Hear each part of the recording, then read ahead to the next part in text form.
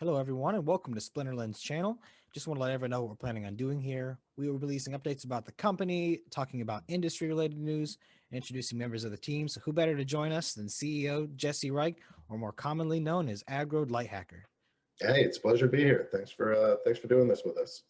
Yeah, it's really exciting. This is one of the first crypto projects I've got to really do this on. So, and I really like trading card games. So I think this would be a perfect fit.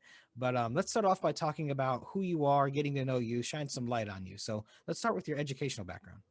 I got into crypto by a very weird way. In college, I studied chemistry. In graduate school, I also was a chemist. So I'm a PhD in organic chemist at a Texas A&M University. I worked in industry for a little while, and then I started seeing some things that I didn't like that the government was doing, and I started posting about it. And Facebook kept kicking me offline. And then I discovered a blogging platform called Steemit, and it was based on a blockchain, and the account was immutable. Somebody might be able to hide your content in a couple different like front ends, but your speech was protected on the back end. And so I started using that in 2016, and it's just been this roller coaster ride ever since of learning about freedom, learning about blockchain, learning about economic policy, learning about so much, how to interact peacefully with each other. Blockchain really encourages quite a lot of peaceful, abundance, liberty-minded behavior. And so I came here by way of chemistry, which is probably the weirdest way to find blockchain ever.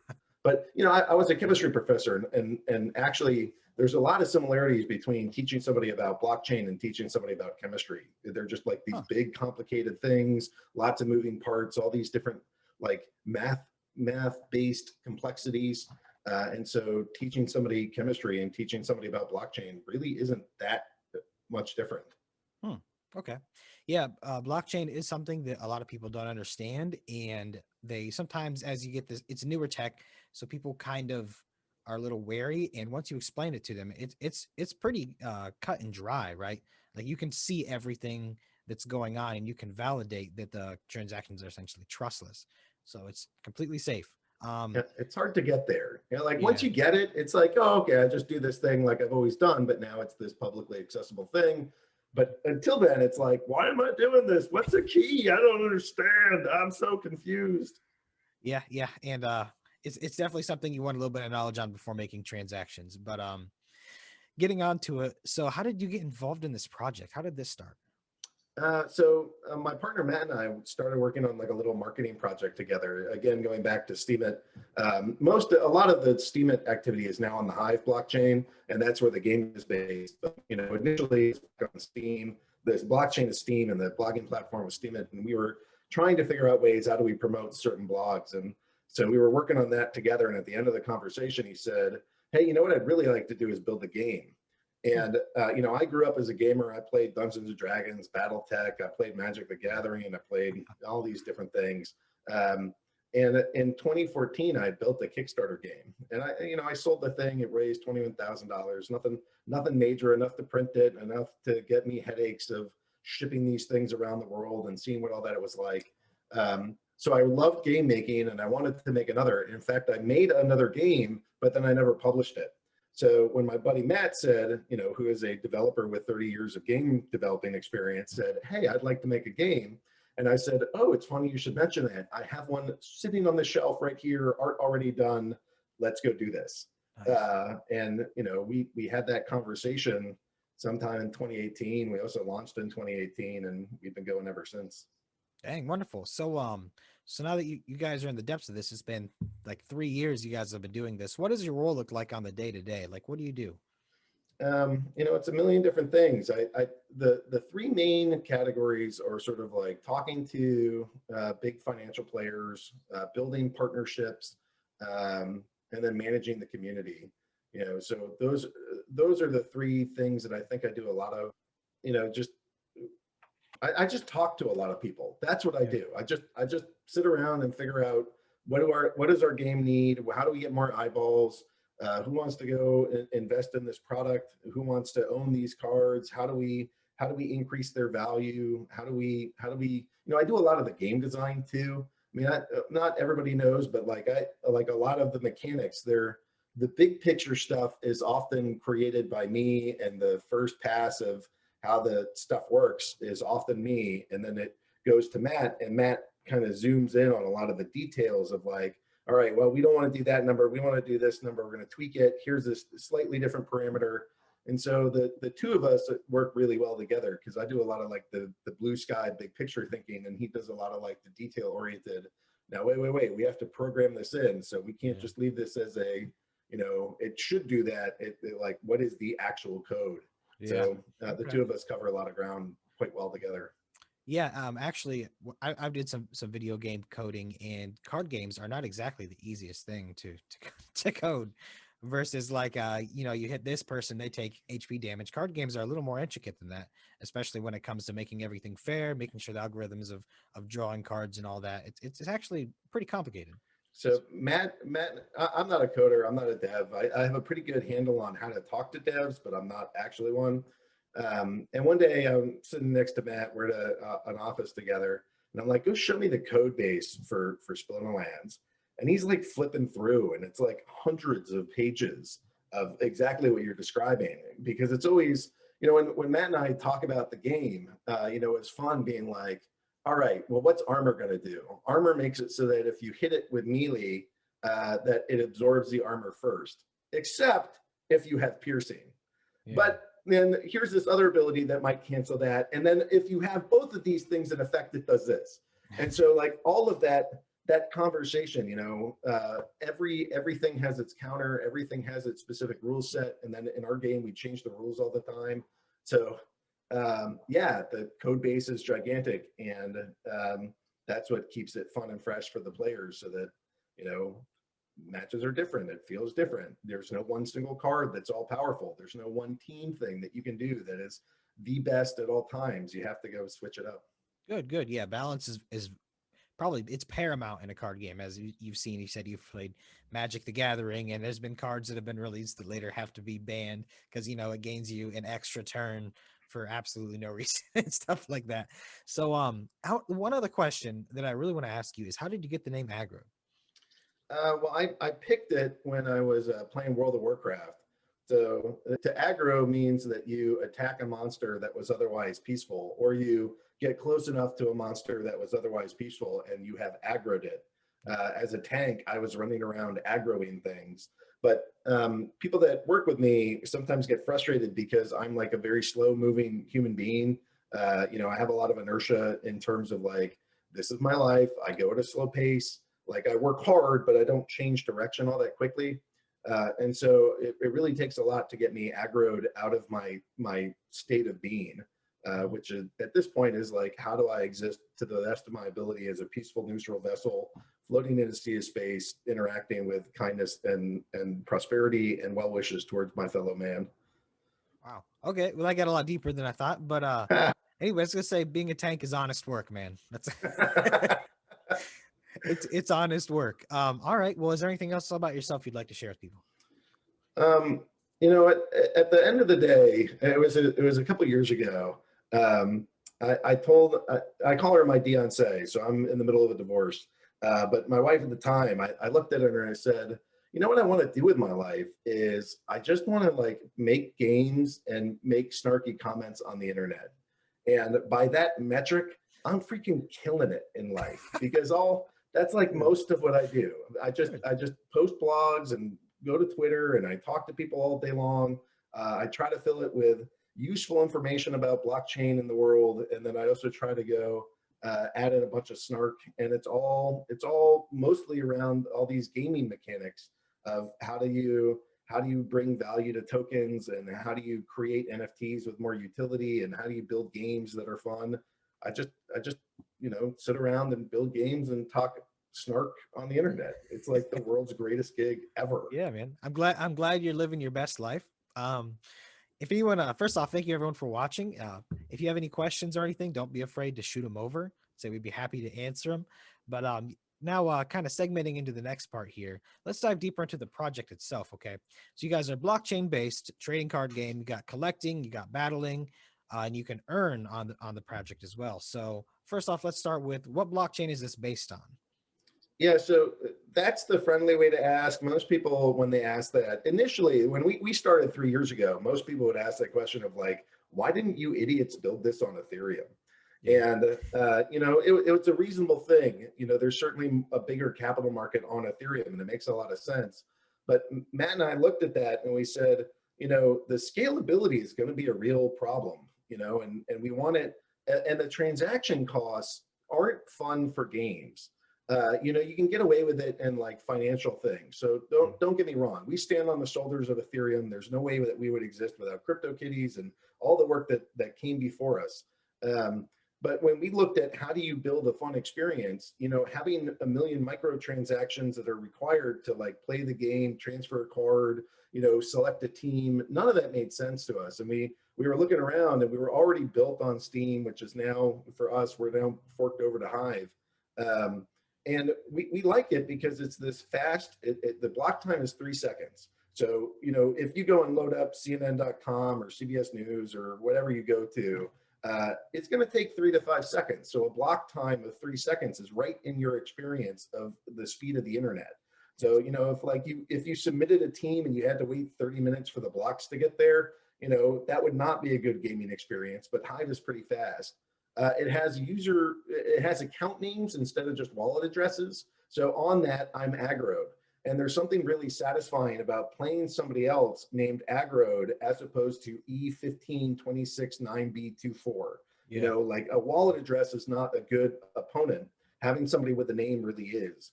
The accounts there, there's no gas cost. So you just need to own some tokens and then you stake them or you kind of freeze them. And if you do that, you have the ability to interact on the chain. And for new players, we can actually do that for them. So they don't even have to own crypto. Wow. So with Ethereum, if you want to go start, you typically have to go to Coinbase, open up an account, give them your bank account info, deposit money, get MetaMask, transfer money or transfer your Ethereum from Coinbase to MetaMask, and then register for the game so you can start playing.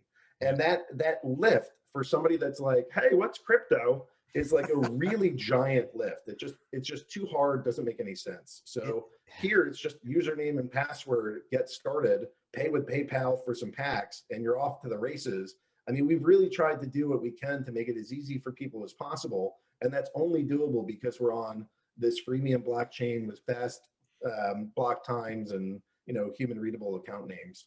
Yeah. Okay. So yeah, ease of access is a humongous thing. That's not, you didn't even mention the best part, which is where you accidentally download a spoofed version of MetaMask, put $1,000 in, and the person who created the spoof takes it out of your account because they paid for a MetaMask ad on top of Google that was fake. That's brutal. Yeah, man. So the ease of access is something that'll help a lot of people get into crypto, right? And let's talk about what you guys actually do on the platform. Now, you don't have to dive deep into the game mechanics, so to speak, but more of what people can do on there. Yeah, so the big thing is you can play anytime, trade anytime, and earn every win. So if I just need to boil it down to what happens, you buy packs and you get cards, or maybe you buy them on the secondary market, and then you start playing the game. And when you play the game, as you rank up, as you fight, you get rank, and as you rank up, you'll actually earn more and more of our in-game currency called dark energy crystals. And as your deck builds, you actually start getting access to other tournaments and things like that, where you can get paid. Like this month, we have $5,000 worth of tournaments just with one of our partners, which is Brave.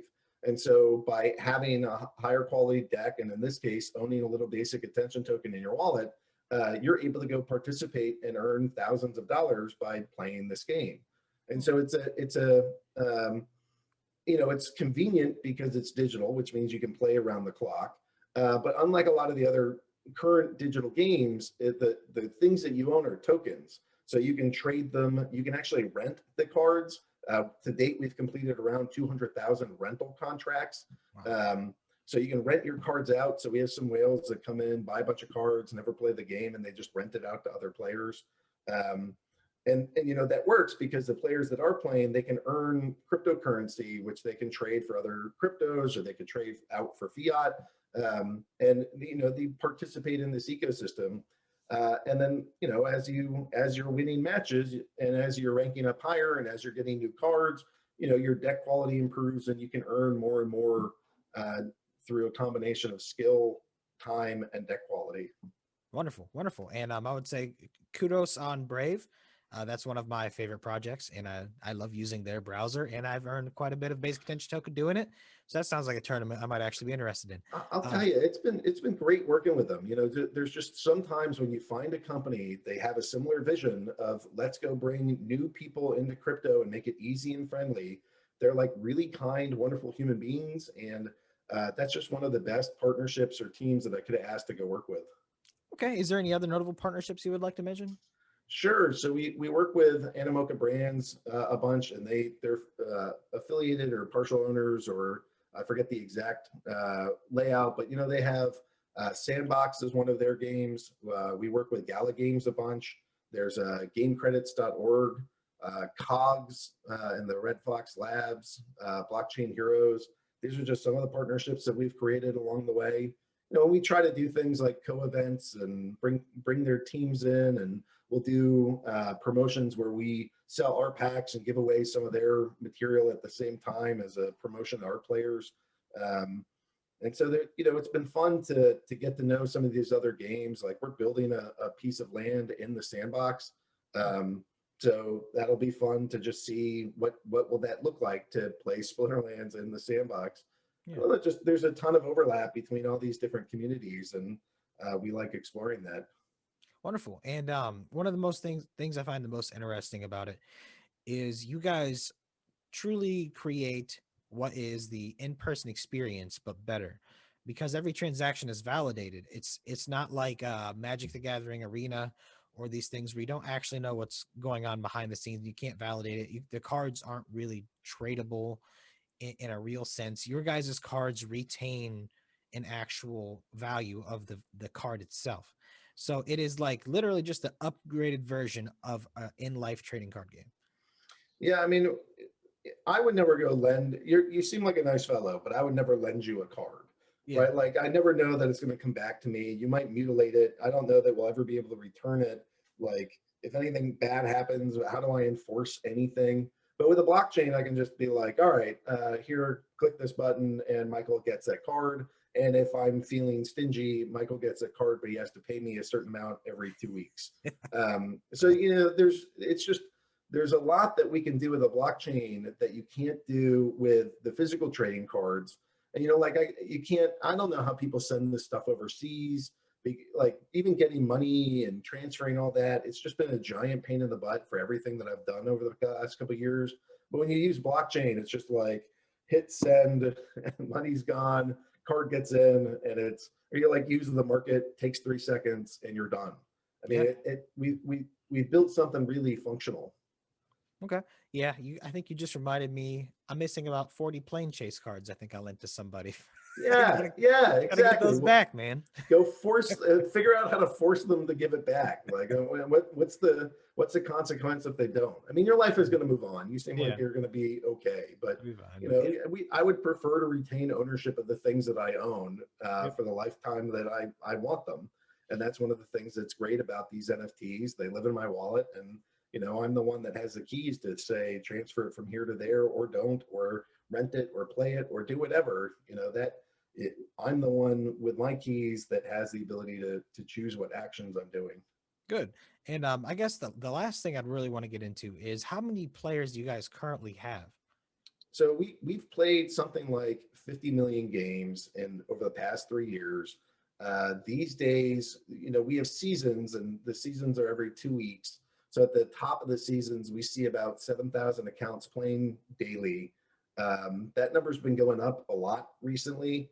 Um, so we're one of the only projects that's really interoperable at an NFT level. You know, you can find like atomic swaps and things like that where blockchains are interacting with their base layer token, but you don't see a lot of projects that are like NFTs that interoperate.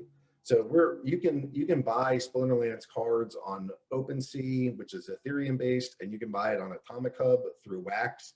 And they are, you know, like players move a lot of cards over to Wax in particular to go trade there and get Wax tokens. And that's been a lot of fun for us to be really at the forefront of how do you trade these cards? How do you move them? Like working on a couple different blockchains and seeing what the cultures are between them.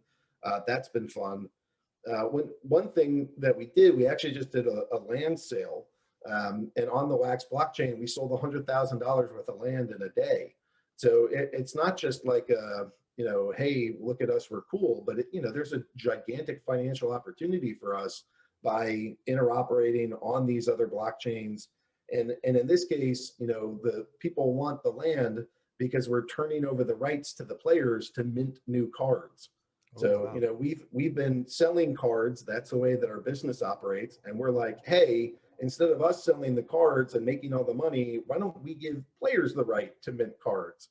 So in our game, you get summoners and monsters, and the summoners and monsters have abilities and they fight after you've chosen them. But that's a blind draw, and we wanted after you've each done the blind draw, we want one round where both players can see the layout and then make a strategic choice based off of what their opponent did.